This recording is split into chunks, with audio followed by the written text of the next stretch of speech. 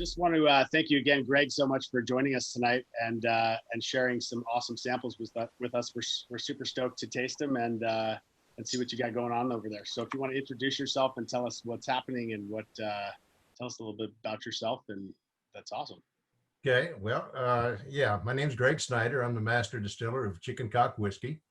Been in this industry for a little while. I started back in June of 1978, actually, right out of college. I got an opportunity to go to work for Joseph E. Sigerman Sons, and they had a facility in Louisville at that time. And it was a great training ground. You know, basically I was a frontline supervisor, and they had a kind of like a fast track program. If you wanted to learn and pick things up pretty quickly and were aggressive, they gave you opportunity to move around. So in the 5 years that plant existed, I virtually worked in every single department within the production division, from the distillery dryer house, you know, the barrel warehouse, filling barrels, putting them away, taking them out, dumping them, you know, filtration, blending, bottling, quality, receiving, shipping, maintenance, you name it.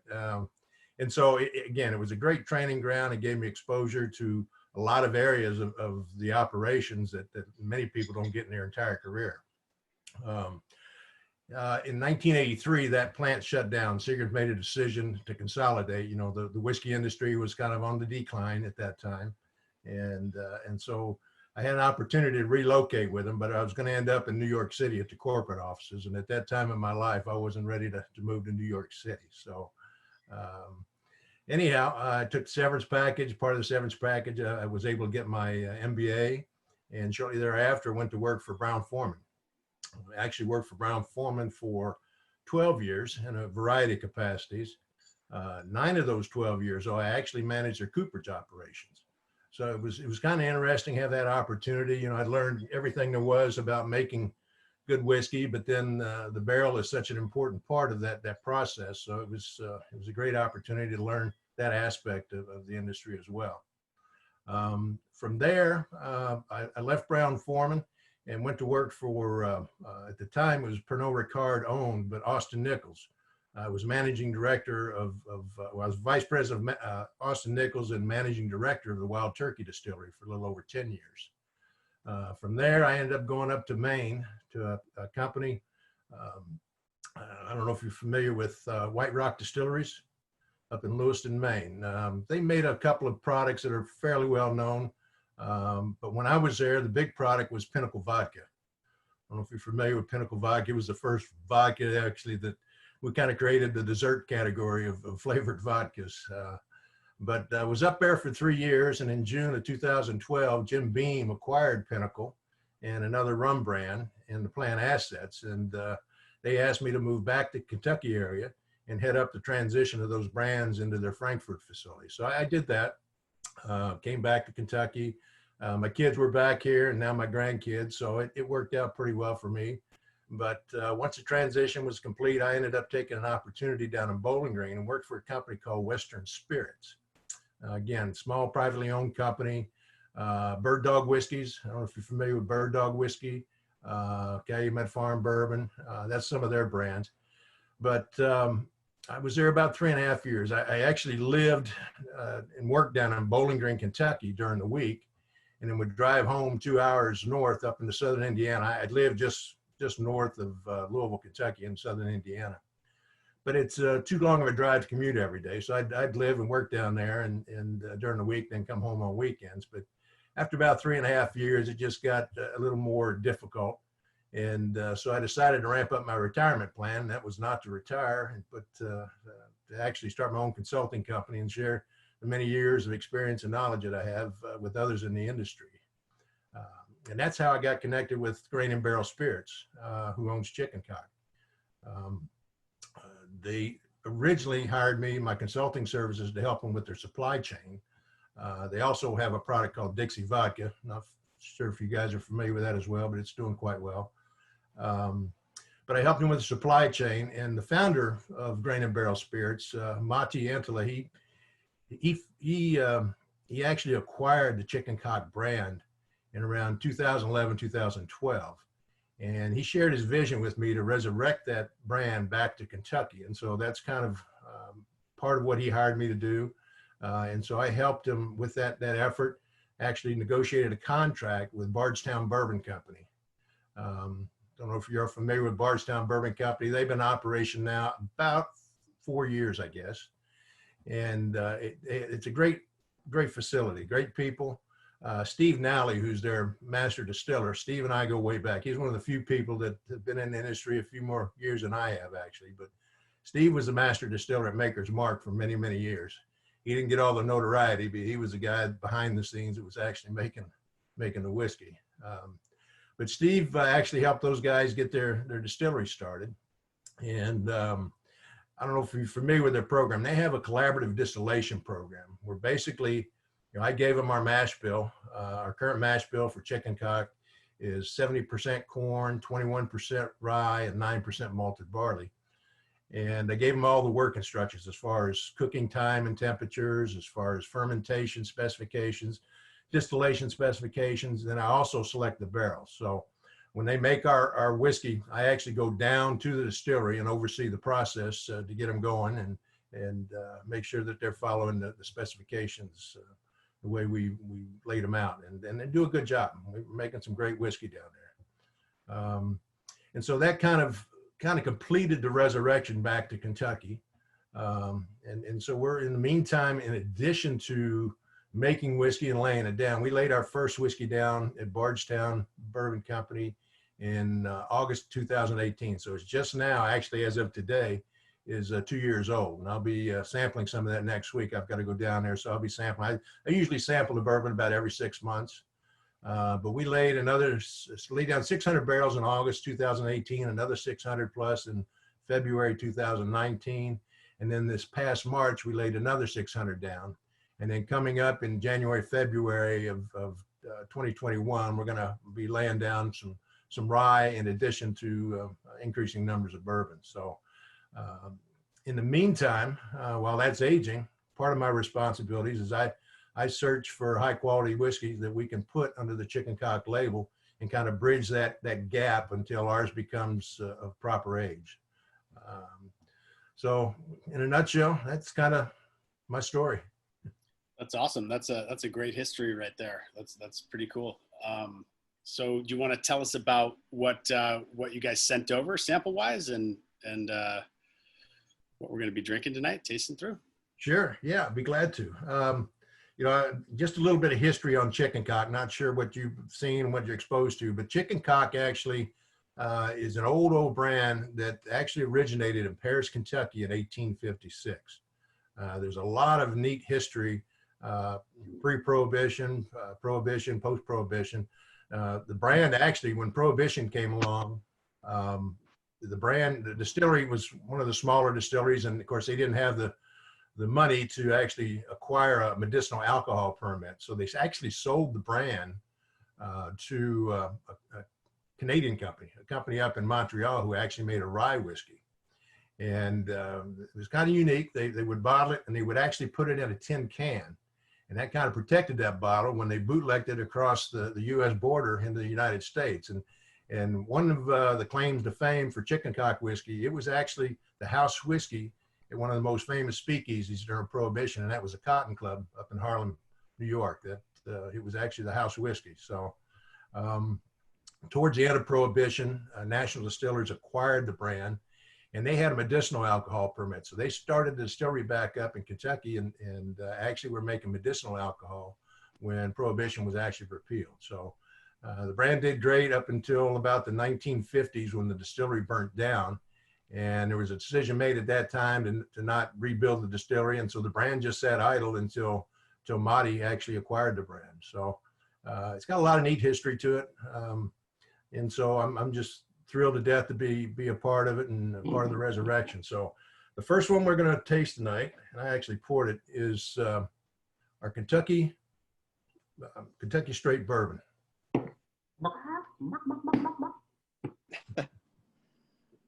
And quick question for you, Greg, too, because I think this is true. I don't know or not, but the bottling that you guys do modern day is a callback to the old bottling of chicken cock, isn't it? Yeah, I don't know if you can see this, but yeah, we've got two different bottles that we use for our limited addition items. Let me find it here. And we're going to be tasting, I think, the Righteous Blonde later on. But this is a Starburst bottle, and this is what we call our honeycomb bottle. These are both replicas of old chicken cock bottles, pre-Prohibition bottles. If you ever get to Bardstown, Kentucky, there's a museum there called the Oscar Getz Museum. And it has the entire history of the bourbon industry in Kentucky. And they have some of the old bottles. I mean, they have a collection that's unbelievable, but they have them on display. And they have some of the original chicken cock bottles that were pre-Prohibition in the early 1900s. So, but yeah, if you look, we call it honeycomb, but if you look at it close, it actually mimics chicken wire on the outside. Oh, neat. So. It's the coolest bottle ever. I love it. It's yeah, we get a lot of compliments on the package, but they're not, you know, nothing we design. They're just actually replicas of the old bottles that they used to use. So again, when I do tastings, you know, I always tell people there is no right or wrong answer. Everybody's nose is different, everybody's palate's different, and so I kind of find it interesting to see what people think, because I get to smell it and taste it pretty much every day. So I'd be interested to see what you folks think. There's only one wrong palate, Greg, and that's gonna be Danielle's. That's it. I'm just kidding. She has one of the. She's got one of the best. She's got one of the best palates in the group. We just give her a lot of crap. Our super taste. Danielle, I will never pick on you. No. Thank you, Mikey. That's One not of true. the by far smoked in their own smoke. And Greg, are you able to tell us what your mash bill is on this, by the way? Because I just took a sip and this thing's fantastic. Actually, this is a Easy blend smell, of feels older amazing. bourbons, okay? I can't tell you the age or where they came from because we had a non-disclosure agreement when we acquired this, source this particular whiskey. Can you But tell us what it rhymes with? I can tell you the mash bills. The younger mash bill, which really isn't that young, was 78, let's see, 78, 12, 10. So 78 corn, 12 rye, 10 malted barley. The older bourbon in the blend was actually 74 corn, 18 rye, and 8 malted barley. You know, and again, it's very, you know, it's somewhat difficult when you go out and you're trying to find a high quality bourbon that you can put under your label. You know, that's one of the things. We've got some pretty strict guidelines that we go by. And when I first tasted the higher corn recipe, it was good, but it didn't quite have some of the flavors that I think are deserving in the product. So that's why we had some of the older bourbon and we blended it. And I think it came out with a nice balance. I think the older added some more oak lactone and maybe some more of the caramel vanilla flavors that I prefer. Absolutely. And Greg, what is the proof on this? This is 90 proof. Everything we're going to taste tonight is 90 proof. Again, that's something else that, you know, I experimented with when we put these together. You know, I tried them at varying proofs of that. And, you know, 80 was definitely too watered down. 86 was okay, but I think 90, we hit the sweet spot without going to some specialty item like, you know, a barrel proof or something higher. So 90s are really good summertime proof, at least for me. I've noticed it's an awesome proof point for me to drink on a hot day. right. I agree with you, Joe. Smells great. It's got a good floral smell to it. I taste peanut butter and banana sandwiches. You know, like when you're a kid and you eat peanut butter and banana sandwiches? Anybody else get that? You ever had a peanut butter banana sandwich? Freddie, you're missing out. Yeah, I'm gonna try one. No, You need to. I find that interesting, Daniel. I find it very interesting. You know, I've had a couple of people, I've done a couple of podcasts and tastings where there's people with certain palates that pick up peanut butter out of it. And me personally, I love peanut butter. Exactly. My wife's allergic to it, so I got to be careful. But I don't get it. But you know, that's what I'm saying. There's no right or wrong answer. Everybody's palate is different. Yeah, Greg, I get a lot of banana bread actually on here. I can get that. Banana. Banana bread. Same, but You're still with me there. I am 100%. You nail it. Like absolutely. I'm not really getting the peanut butter as much, but I'm definitely getting the banana for sure. But I've never had peanut butter with banana, so I don't know what that tastes like. Freddie, you're only getting $10, man. You're not getting the full 20. You don't get the full 20. You didn't agree with me. That's fine. I agree. I don't get. Kevin, I agree with you on the nose. I can definitely, I definitely get the creaminess that peanut butter would have, but I might not be able to pick out the exact flavor of peanut butter. But yeah, I do get like a tiny bit of like roasted peanuts. I could see that. Yeah, I eat peanut butter. Danielle, you're correct. It's peanut butter. Yeah. Some rye, something or other, bread, whatever it may be. I don't get much sweetness from this though. I'm not getting. Yeah, I'm with you on that. I'm not getting a ton of sweetness from it. You get a lot more cinnamon. Yeah, that's what it is. I'm getting some of that like raw peanut flavor. Kind of opens up, evolves on the palate. You know, for me, one of the first things I pick up some of the oak tannins, and then it kind of softens, and as it sits on the palate, I get a little bit of caramel and vanilla and sweetness towards the end of the finish there. I get a lot of coffee and caramel on the nose. I'm getting that bright kind of floral that Kevin mentioned earlier on the nose, but on the back end, I'm getting like almost like a raw peanut, like after you've chewed peanuts, you know, and you have that like aftertaste from raw chewed peanuts on the back end. It kind of reminds me of a lot of Jim Beam products, honestly, which I really like. So I really enjoy it. What do you got to say about that? You're muted, Mikey. Yeah, my first thought was bean nut, but I think the rye is lower than I think what typically Beam would do. So I wouldn't even want to guess who the source is. I know it's really good. I love a 90 it's not Beam, okay? Yeah, no, I didn't think so. I think that it's I think the flavor on this is really nice, and I think 90 proof is probably. I mean, obviously, you probably tried it at all kinds of different proofs, but this one seems really well balanced.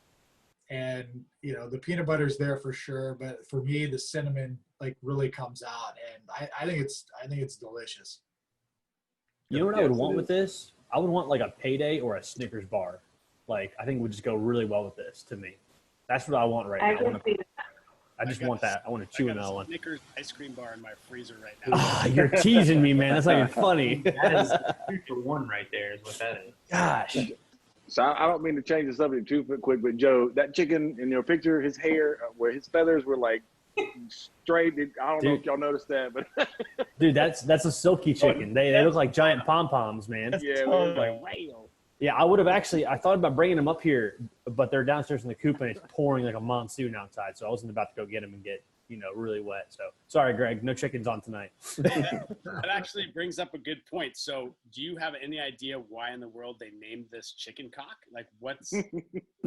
You know, I get that a lot. You know, a lot of people, when I've done tastings, they come up to and they kind of read the name. You can read their lips, and question in my mouth, Dave.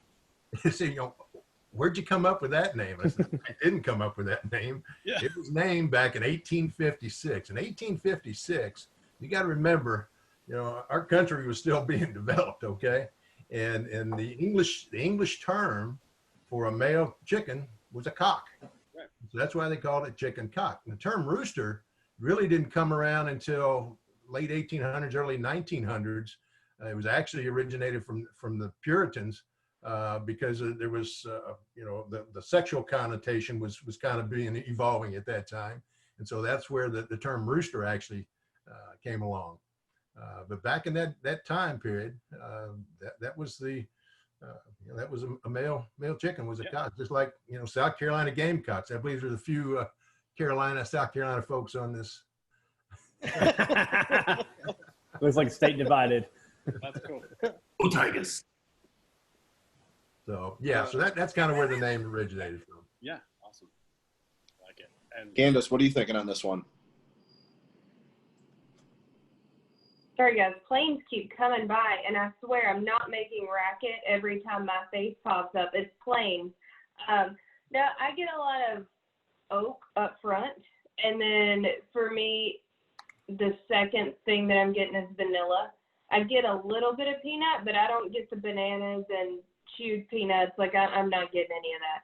For me, it's oat, vanilla, and then a finish of cinnamon spice. It's really good. It's very drinkable. I really like it. And I may live in South Carolina, but I'm not going to claim the Gamecocks. My empty glass is getting a lot of nice toffee and caramel. I think Yeah. That's what I was getting on the nose originally, Dave. Yeah, you're right, Dave. It's amazing what you can pick up that you may not smell or taste originally, but in that empty glass, man, after that it kind of airs out a little bit, it really kind of, you get to pick up some neat flavors that you don't necessarily get with the nose up front. Absolutely. And actually Danielle has a good trick about blowing out the glass, because it kind of takes out the what is it, the alcohol, right?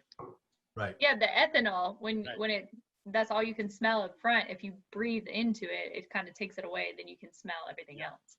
Yeah, I think that's awesome. Okay, so that chewed peanut, like natural peanut flavor I mentioned earlier, Greg, turned into like a peanut brittle for me, actually. I kind of get like that caramel a little bit in there now. Really sweet on the back end. I'm getting dead on, Joe. Yeah, absolutely. Wow, somebody agrees with me. Awesome. Well, I agree with Daniel first. Daniel was first. You're still only getting $10 too. You agree with me first. We're good, Kev. We're good. That's right. Well, this was definitely delicious. What would you like to do next? Okay, so I think the next one we ought to try is the Chicken Cock Kentucky Straight Rye Whiskey. Got it. Okay, I just poured it here. And we shift to Mike. And I thank you. So, give you a little story on this. We wanted to resurrect something to kind of commemorate when Chicken Cock was actually rye coming out of Canada, and so I sampled numerous ryes that were available, and I didn't so much focus on the ages. I was looking for flavor. Now, when I was managing director of Wild Turkey, we made a rye whiskey, but I wasn't a big fan of the rye whiskey. It had like 30-some-odd% corn in the mash bill, and it just, the corn really, to me, kind of pushed it closer to, took away a lot of the spiciness, but pushed it closer to a bourbon flavor. So a lot of the ryes that I sampled that I really like, and the same with the one we've got here that we're tasting, it's a 95% rye, 5 malted barley. Again, 90 proof, but some of the ryes I tasted were just fabulous. And 95% ryes. There's a lot of good ryes out there. And so again, it's funny because in some of these tastings, a lot of people aren't used to drinking rye. They're used to drinking bourbon. And so when they put it to their nose and then of course sip on it, man, they're surprised at the complexity of flavors and the difference in flavors. So anyhow, with the rye, again, it's 95% rye. So comments on the smell before we sip on it. Super floral. I love it. Like yeah, I love the smell of rye. So much dill. Oh yeah. It's like it is a pickle, man. It's a pickle. Hey, I got that on one of them, but I didn't get that on this one. Oh yeah, this is pure dill. Yeah, when I've heard people say, dill pickle. I heard them say mint. And so it's again, everybody's a little bit different. I get a hint of dill perhaps, but again, it just the spiciness and complexity of flavors is just it's pretty amazing. You get a lot of citrus here on the nose. Yeah. Yeah, I can see that too, Will. Yeah, I'm not getting a ton of dill. More like white pepper. I definitely get the dill too, man. White pepper and citrus. When you said that, for sure. My palate must be opened up tonight. It's not a yes or no. I get all kinds of stuff tonight. You're on, Kevin. You're disagreeing, bro. You're a yes man tonight. Kevin, what did you eat today? Do that all the time.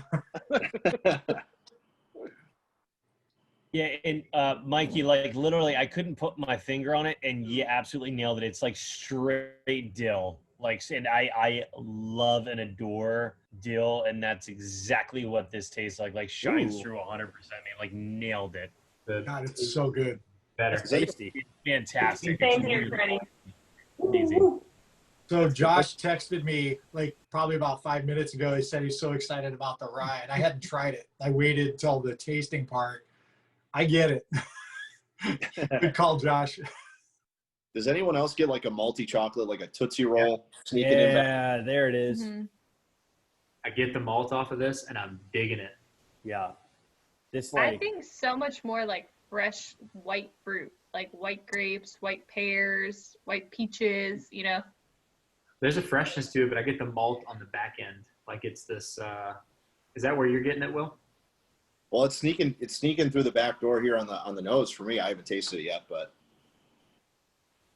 There's like some I get spearmint chocolate. there. Sorry, go ahead. No, I was gonna say I get chocolate about mid palate. Is where I'm getting like a rich, like it really hits me almost like a milk hot chocolate is kind of what I'm tasting actually. Dude, this Um, thing is full of I flavor. could get that. Yeah. Really, really good. This one's definitely drier than the other one to me. Yeah, I agree with that. I finish on this. Yeah, this is not a sweet rye by any stretch of the imagination. This is a rye lover's rye right here. Real complicated, multiple notes on it. I would not give this to somebody that's just experiencing rye for like the first time, because this might kick them in the teeth. But as they like grow into their rye journey, this is definitely one I would want to expose them to. Yeah, I don't get. You know how when you bite into a really good apple and it's crisp, you know, that's what I get off of it. It's just a really crisp flavor. It's clean. Dude, for 90 proof, the finish is incredible. Long. I mean, Amazing. it's Yeah. still going, and I took a sip like a minute ago. It's really complex. Time for another. Yeah, it stays with you for sure on the finish. I enjoy it. Yeah, I don't think I've had any other rice that tastes. I've had plenty of them, but I don't think I've had any that taste like this. I can tell you this was actually made at Bardstown Bourbon Company. So, and that's where we're going to be making Yeah, some I've never had in anything the that first tastes like quarter this. of I'm with you, Kevin. 2021 again. So, but it's, again, I love the complexity of it. Some of the spicy notes up front, you know, I like smoking meat on the big green egg, you know, or out in the grill. And I like, you know, paprika and cumin. I get some paprika and cumin out of the spiciness on the front. It's a little bit of that bitterness at the end, like a kind of coffee little bitterness, but good in a good way. Yeah. and it is crazy to your point too, Greg, about the mash bill being 95% rye and 5% barley, and we've had ryes like this, and it's just amazing the kind of complexity you can pull out of just using 2 grains in a mash bill like this. Well, I was literally about to say, out of the 95.5 ryes we've had, this one is completely different for some reason. Agreed. Absolutely agreed. And Greg, how old did you say this was? Had. Oh, sorry, Candace, go ahead. No, you're fine. I was just going to say, this is unlike any rye I've ever had, but I'm not a steward of rye like Mikey is. But I will agree with him on all the dill. That's definitely what I'm getting. But I'm pretty new to rye, and I know, Mikey, you said some folks that you wouldn't introduce them to it, but I actually really like it. But I'm a huge fan of dill, so that may be why. Yeah, this rye is full of like really sharp, aggressive flavors. You got the spice, you got citrus, you got that dill. It just depends on what you're looking for, but I think that this is fantastic. Delicious. Yeah, nice work. And Greg, how old did you say this rye is? So yeah, Joe, I told you originally that when I started sampling, I didn't look at the age. I just wanted to go for flavor. And I think you might be surprised. This was actually just shy of 2.5 years old. Yeah. Wow. I honestly, I'm not, because a lot of ryes tend to mature faster than bourbons do, right? The bourbon mash bill. So you get those richer flavors in the younger rye. Yeah. So I was going to say 2-3 years just by guessing, but yeah, that's awesome. That's great flavor for a young product. I agree with you. I think it's picked up a lot. And again, a lot of that has to do with the barrel. I don't think we got off on a tangent there earlier, but this last whiskey, and something unique about Chicken Cock, the last bourbon that we laid down this past March, I mentioned I've got my consulting company. And of course, Grain and Barrel was one of my first clients. Another one of my clients early on was a company called West Virginia Great Barrel Company. and I helped this company get started. They're actually in White Sulphur Springs, West Virginia, right in the heart of the Appalachian Mountains. And so they've got an abundance of great white oak in that area. But anyhow, one of the things I did through that relationship, a year ago, May, I actually went out to West Virginia. I helped them get their stave mill started and taught their employees how to quarter saw and what to look for when they edge up staves and heading and how to stack them and properly air dry them. But I went out there a year ago, May, and I personally hand selected enough logs to make the 600 barrels that we filled back in March. And so those staves and heading actually sat out in their yard and natural air dried for at least 10 months. And then when they built the barrels, I actually went out to West Virginia, oversaw that process, made sure they were toasting the barrel properly. And then after toasting, char it. Now, we use a medium to medium plus toast, and then we char it to number 3 level char. There's actually 4 levels of char, 4 being the heaviest. By design, I don't like charring at number 4 after you've created all those great flavors from the toasting. The last thing you want to do is burn them away. So you want enough char to give you that kind of alligator skin look on the inside of the barrel to where that whiskey will penetrate through and get to all those great flavors on the inside of the char. And that charcoal, that char basically just worked like a charcoal filter. But anyhow, we made the barrels, went to Bardstown, we made the bourbon, and then we filled those barrels. So it'll be sometime in late 2024 before we start bottling that. But that's something unique that Chicken Cock has that I don't believe any other company has as far as their master distiller's knowledge and experience. Having worked in the cooperage, I know a little bit about barrels and what to do to get the great flavors out of them. So I'm excited to see how that one turns out. Yeah, that's really cool. Actually, the first time I learned about you guys, I saw Chris from Urban Bourbonist. He did, that interview with you, and I was hearing the stuff all about the wood, and it was super fascinating. So that's really interesting and unique what you guys do. So I'm excited to see when. I probably got off on a little bit of a tangent that night as well, Dave. But it was amazing. No, that night was magic. Everybody that was a part of that live with you and Chris, everybody was blown away about how much information came out of that, how much knowledge they got. And I mean, we consider ourselves seasoned whiskey drinkers, and we were all just blown away. So that was amazing. It was epic. Just a brief snippet of that for those who didn't get a chance to see it.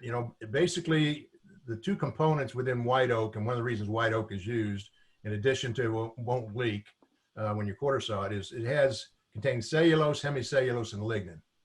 Hemicellulose is where the polysaccharides are, the wood sugars. So it's just like, chemistry 101. You take sugar in a spoon and you hold it over a Bunsen burner, and what's it do? It starts melting and caramelizing on you. Well, that's where you're going to get your caramel flavors out of the wood. Same thing with the lignin. When you heat that lignin up, that's where it creates the vanillin, and that's where you get the vanilla flavors. And so, 60 to 70% of the flavor in a finished bottle of whiskey actually comes from the barrel. And so it's critical. When I talk about going out and actually personally hand selecting the logs, I personally look for tight grain. And one of the things about West Virginia and those Appalachian Mountains, it's rough and rocky soil. So the white oak grows very slow. And so you're going to get that tight grain. When I say tight grain, it's at least 10 annual growth rings per inch. They're averaging probably somewhere between 12 to 15 annual growth rings per inch. So what you're doing is you're getting a much denser, a much higher concentration of that hemicellulose and lignin in the same space of the wood that you would otherwise from much more than any other normal white oak log. When you look at a barrel is 81 inches in circumference at the bilge, at the middle of the barrel. And so if you take 12 to 15 annual growth rings per inch times 81, you're looking at 960 to over 1,000 years of growth in one barrel. And so just to kind of put things in perspective, the amount of flavors that you can really tap into and optimize coming out of a barrel. So again, I'm excited as heck to see what transpires here in 4 years from that whiskey we laid down, and then going forward too, because that's a process we're going to continue. Sounds like you just allocated the trees in West Virginia for the rest of the country. You'd be amazed at the amount of white oak that's out there. Did you?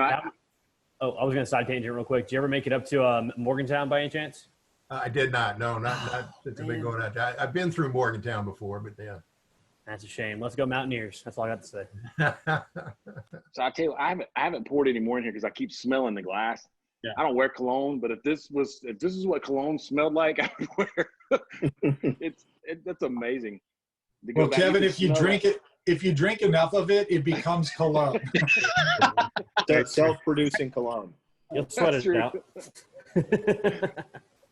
I'm just gonna run around saying it's 1,000 years worth of trees, guys. Real quick, Greg, too, I wanted to touch on this as we go along, but what's the pricing on these last two products that we just tried? I think the suggested retail price on the bourbon, the Chicken Cock Kentucky Straight Bourbon, is right around $60. Now that's going to vary depending on state and market and what have you. And the Chicken Cock Kentucky Straight Rye is around $70 SRP. What was the age on the bourbon whiskey? Did I miss that? I couldn't tell you. That was part of the non-disclosure. It's Gotcha. a blend of older Sorry. whiskeys, so I can tell you that. It's nothing young. Gotcha. Yeah, well, this is delicious, and your process is really cool with those with the wood and everything. That's amazing. So the next, you want to move on to the next one here? Yeah. So the last one is it's a collaboration. This is actually the second collaboration we've done with a brewery in Louisville, Kentucky, a company called Goodwood Brewing Company. And on this collaboration, I gave them 6 empty barrels from one of the dumps we had on the Kentucky Straight Bourbon whiskey. And they took those 6 barrels and they aged a blonde ale. And Goodwood, they got some fantastic beers. I'm not a big IPA guy. I don't like the fruity floral hoppiness of IPAs. I'm more of a lager type beer, and that's what this blonde ale is. It's a lager style beer. It was in there about 8 weeks, and then they dumped the beer out and bottled the beer, and then I got those barrels back and put rye whiskey back into these barrels, and they were in there a little over 5 months. And the first collaboration we did with Goodwood, I gave them 6 barrels from what we had I don't know if you've ever tried our Chicken Cock 10-year double barrel batch. If you ever get an opportunity to taste that, because I don't think there's any left on the shelf anywhere, it's absolutely fantastic. But I gave them 6 barrels of that. They aged a walnut brown ale in those barrels. And then again, when it was finished, I got them back and put bourbon back into them. That was called Chicken Cock Beer Barrel Select. Again, I don't know if there's any left on the retail shelf. I know there's none at our distributors. So if you find a bottle, it'd be on the retail somewhere. But so this second collaboration, again, I think both collaborations, we came out with something a little bit unique. And so again, if you nose it, you'll pick up the rye. Now, this is a different rye. This is not our Chicken Cock Kentucky Straight rye. This is a little bit different rye. It's actually a little bit older. This is a little over 3 years old rye. It's a lot darker than the other one. A little darker. Yep. Yeah, that beer barrel finish really did a nice color on this. Yeah. Well, and again, the name is Chicken Cock Righteous Blonde. We spelled righteous, RYEEOUS. Kind of a play on words there. The TTB, our government, is pretty funny about saying rye whiskey if it was finished in a secondary barrel.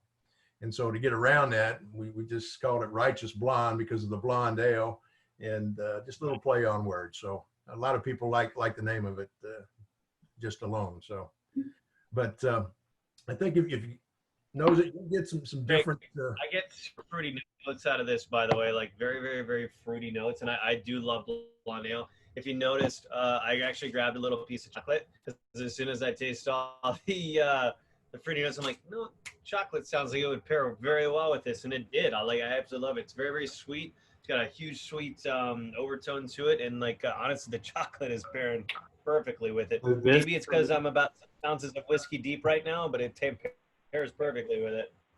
This for me tastes almost exactly like a room temperature barley wine. Yep.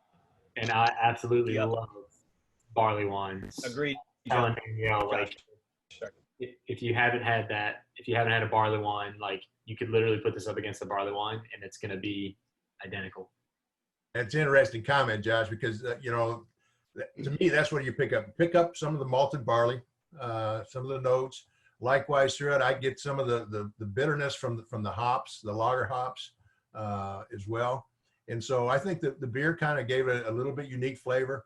You know, it's interesting, you know, some people taste it and they don't really care for it, but those that taste it and like it really like it. So again, I think we achieved what we were trying to accomplish, and that was get something unique, has some different complexity of flavors, but you still got the base rye of the spiciness of the rye.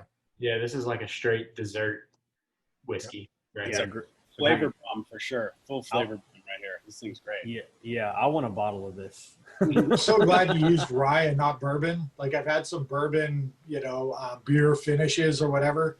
The rye plays so much better with this though. It's interesting because this finish to me is a lot longer than the straight rye, and it just keeps evolving. Like I want to take another sip, but then I don't, because the longer I wait, the more flavors I get out of it.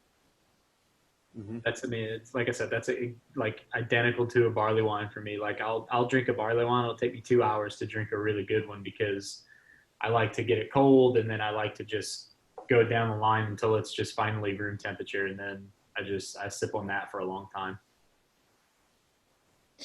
Yeah, this finish, like you guys are saying, it goes on forever and it evolves. Like at first I get like this rich, deep chocolate, and then it's almost like a wine finish almost to me. I haven't really had barley wine, so I don't really know how to compare it to that. But I get like that dryness from like a wine finish would give me. And then nose, I get like a rich butterscotch and like a sweet peanut butter, like almost like a Reese's sweet peanut butter. This is fantastic. I need a bottle of this. Look, I'm having a Danielle night. I'm getting like a Honeycrisp apple on this thing. Just straight Honeycrisp apple. You have a bag of apples today? I'm telling you. I get dark chocolate on the nose, like a lot of cocoa powder. I was going to say that. That's why I broke out the dark chocolate. Like literally just took the words. Like it's funny because I was like, I'm going to sit here and eat on the Zoom, but I'm eating dark chocolate. As soon as I had, I'm like, pause. I'm going upstairs and grabbing some dark chocolate because it pairs perfectly with this. It's exact. Candace, you nailed it. Gregg, can you tell us if this rye is around the same age as the other rye? I'll tell you, this was a 3-year-old rye, and this rye actually was produced at OZ Tyler. Because I think that really, really plays well. Just like Mikey said, the rye making this, because I think with bourbon it would have just been overly sweet being a blonde. So this is made at the OZ Tyler. I'm sorry. This is made at OZ Tyler Distillery. I was, yeah, and that's where I actually refilled the barrels and actually set there. That's who actually bottled it for us. So, okay. Will, what were you saying a while ago? Just Candace's point about the chocolate. A train's about to go by the way. Just the maltiness. Again, I get that. I get like the candied chocolate kind of nose on this. Have you guys ever had a Nutella and peanut butter sandwich before? God, yes, with bacon. Okay, I've never done with bacon, but like it just hit me. Like I feel like I just took a bite of a Nutella peanut butter sandwich, and it's just like, and I haven't sipped this for a minute, and it's like just like lingering like right here. It just tastes amazing. This is really long finish. Yeah, this thing evolves so much, Gregg. This is I take my hat off to you on this one. This is a really good one, man. Yeah, thank you. I'm pleased with the way it turned out. I think it was a comment, that after dinner drink. To me, it's the ideal after dinner drink. I enjoy a good cigar every now and then, not that often, but when I can get a good one and just take a Glencairn of this and sip it, it is fantastic. I'll join you for that. The cocoa powder for sure because of the dryness of it, and I get that for sure. This thing is epic. I get Tootsie Roll all the way at the front end of my palate, all the way. You've been eating Tootsie Rolls tonight, huh? I don't know what's up with the Tootsie Rolls, dude, but it's a thing. Man, where's Danielle at? Where's Danielle at? I get more like molasses on it, like molasses cookies. Honestly, it's not for me. I like the bourbon and the rye a lot more personally. but I see the like after dinner drink. There's a lot of dried fruit, some toffee, some molasses, those kinds of notes to it. So yeah, I mean, I definitely get all of those things. It's just I would pick the other ones personally. Danielle, for me, the rye, the one before, and I'm hands down, I would gravitate towards that one more than I would the sweeter one. You know. Yes. So my address is. I'm with you all day long. The rye definitely takes it for me. The rye is so unique, so different, and like I'm obsessed with like dill pickle stuff. So like it's rye for me all day long, all day long. I would say my favorite. Go ahead, Candace. No, you're good. I was just going to say I'm with you, Freddie. I think me and Freddie have about the same palate. I've determined that. My favorite is the bourbon, honestly. I like the peanut butter banana flavors. So I'm going bourbon. I think I was actually going to say bourbon first, and then this the Righteous Blonde second. That thing is, they're both amazing. I'm a big fan here. I'm going to go. Oh, go ahead, Kevin. No, I was going to say we started voting. Go ahead, Joe. Yeah, I'm going to go reverse order. I'm going to go Righteous Blonde, rye, bourbon. Those are my favorites in that order. Rye, all the way rye. That dill note, just it. There's some ryes you get dill and some you don't. If you like dill pickles, I like dill pickles. It's really good. I had a Reuben sandwich for lunch today. And at the deli, they gave you a little half dill pickle to go with it. I threw it right on that sandwich. So yeah, this rye like just completed my day. Yeah, they're all amazing, by the way. So you can't go wrong with any of these for sure. Well, Yeah, I'm gonna go with the rye. Diversity, and like I said, no right answer. Everybody has their own nose and their own palate, and it's great to hear everybody's comments. You know what? I would definitely like if I drank these. I would definitely drink the Righteous first and go with the rye after that, just because it would clean up that sweetness a little bit, you know? Good call. Mm-hmm. Yep. That's cool. No, I would drink the Righteous and then drink some more Righteous. Because I have a sweet tooth, man. That's how I go. Yeah, I'm gonna go with bourbon the second, and then the Righteous Blonde third. But Joe, you already blended yours, hadn't you? Oh, it's about to happen right now. Greg, don't take offense. I do this whenever we have multiple samples. I just blend them all and see what I think of it. Yeah. So they're all 90 proof, right?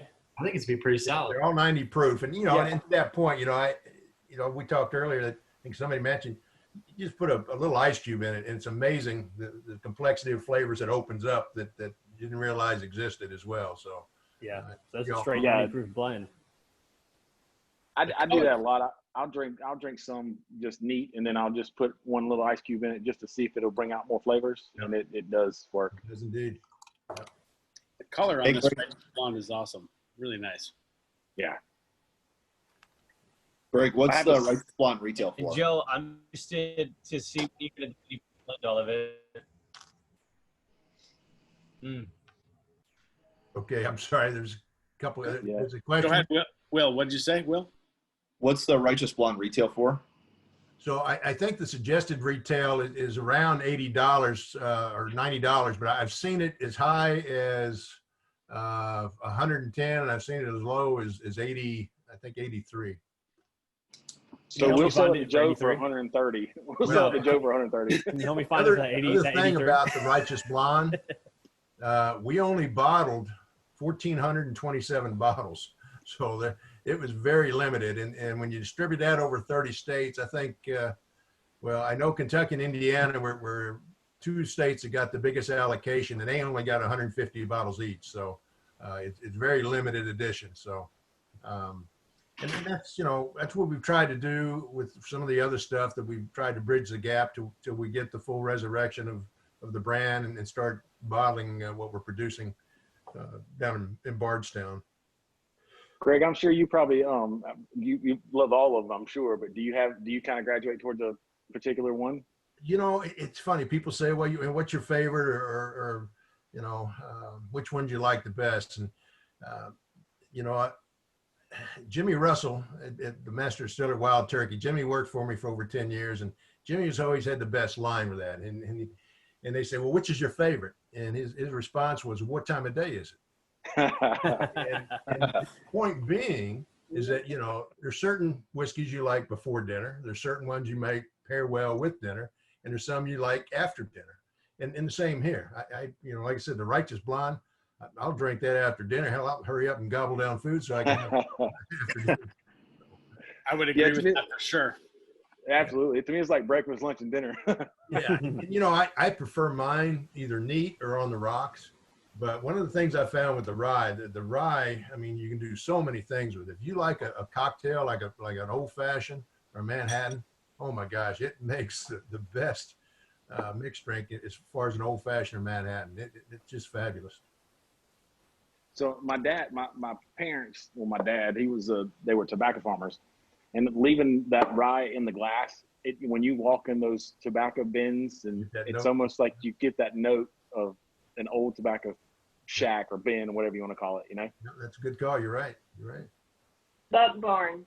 It's awesome. Yeah, I see. Don't be correcting me, Candace. You know I was never on the farm. I said parents, not me. So Greg, I got that. Oh, sorry. Go ahead, Kevin. No, you're fine, man. These are all wonderful. They really are. You know, it goes from the bourbon and then the Righteous Blonde. They're sweeter, and then you got the lighter version of the rye. It's just a good mix of everything. I could definitely have all of these and have enough for every one of my friends to come over and try it. And of course, you know, again, I'm gonna keep one for myself. But they really are spectacular, man.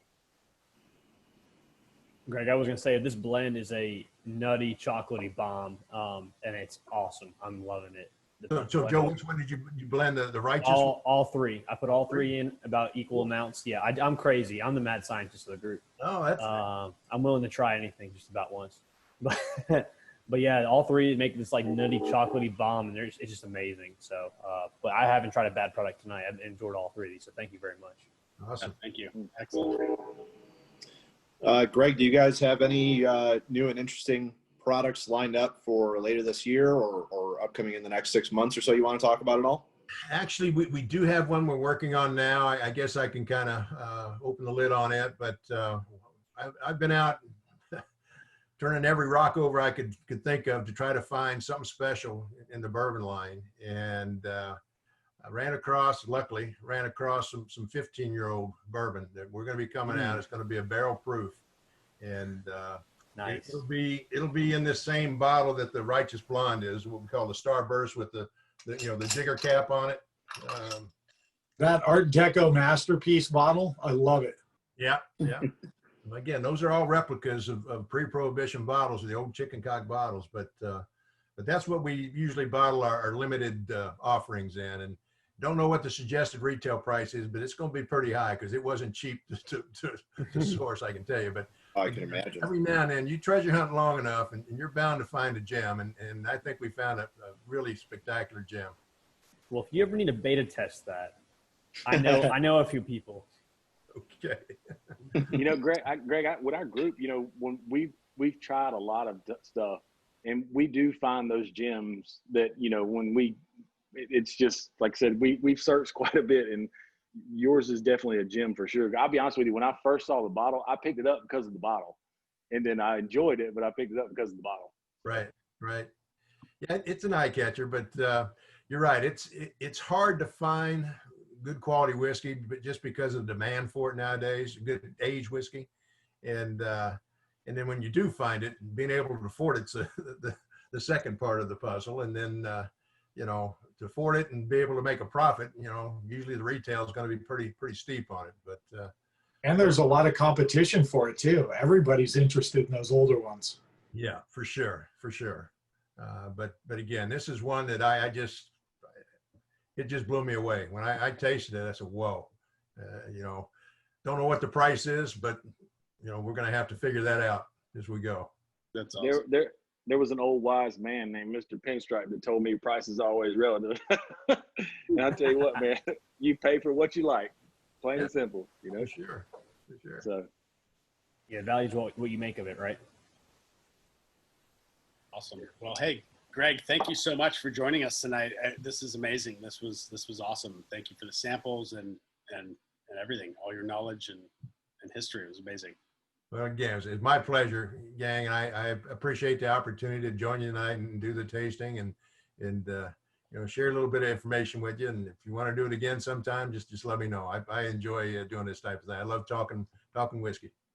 Oh, for sure. Thank We're you. in. Yeah, we're in for sure again. Absolutely. And I wanted to get Aaron, if you want to introduce yourself again real quick, just for, Video Just Gus. purposes. You want to get on there and talk about what you do over there at Robro Marketing?